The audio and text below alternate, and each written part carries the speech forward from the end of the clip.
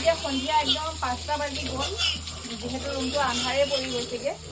গোটেই গাহৰিখিনি গৰমত থাকিব পৰা নাই। ইয়াত দেখিছে কিমান ধুনীয়াকৈ গা ধুই আছে।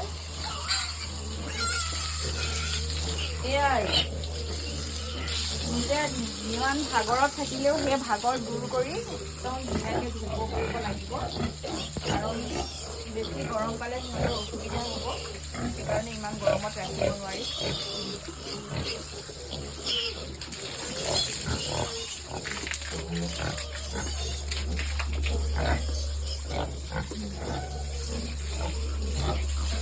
ফাৰ্মখন যিমানেই একদম পৰিপাটিকৈ ৰাখিব সিমানেই ভাল, কাৰণ যদি কেনেবাকৈ লেতেৰা হৈ মাখি চাখি ভেনা মাখি ফাৰ্মলৈ আহে বহুতে বিপদজনক। সেইকাৰণে আমি যিমান পাৰোঁ ফাৰ্মখন একদম চাফাকৈ ৰাখিবলৈ চাওঁ।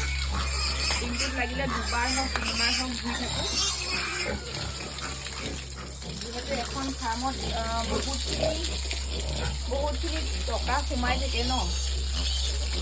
ভগৱানে নকৰা যদি কেনেবাকৈ অঘটন ঘটিব লগা হয় তেন্তে হ'লে বহুত পাছলৈ গুচি যাব লগা হ'ব। সেইকাৰণে যিমান পাৰে চাফ চিকুণকৈ ৰাখিব লাগে। চাফ চিকুণতে ফাৰ্মবিলাক আগবাঢ়ি যোৱাত সহায় কৰে। আৰু তাৰ লগতে খোৱাখিনিও পৰিপাটিকৈ দিব লাগে। গাহৰি বুলিয়ে যে একদম বেয়া জাবৰে জোথৰে কিবা দিব সেইটো নহয়, ধুনীয়াকৈ দিব। আৰু নিয়মমতে যদি ঔষধ পাতি ব্যৱহাৰ কৰা হয় তেন্তে হ'লে এখন ফাৰ্মৰ পৰা ভাল সুফল এটা পোৱা যায়।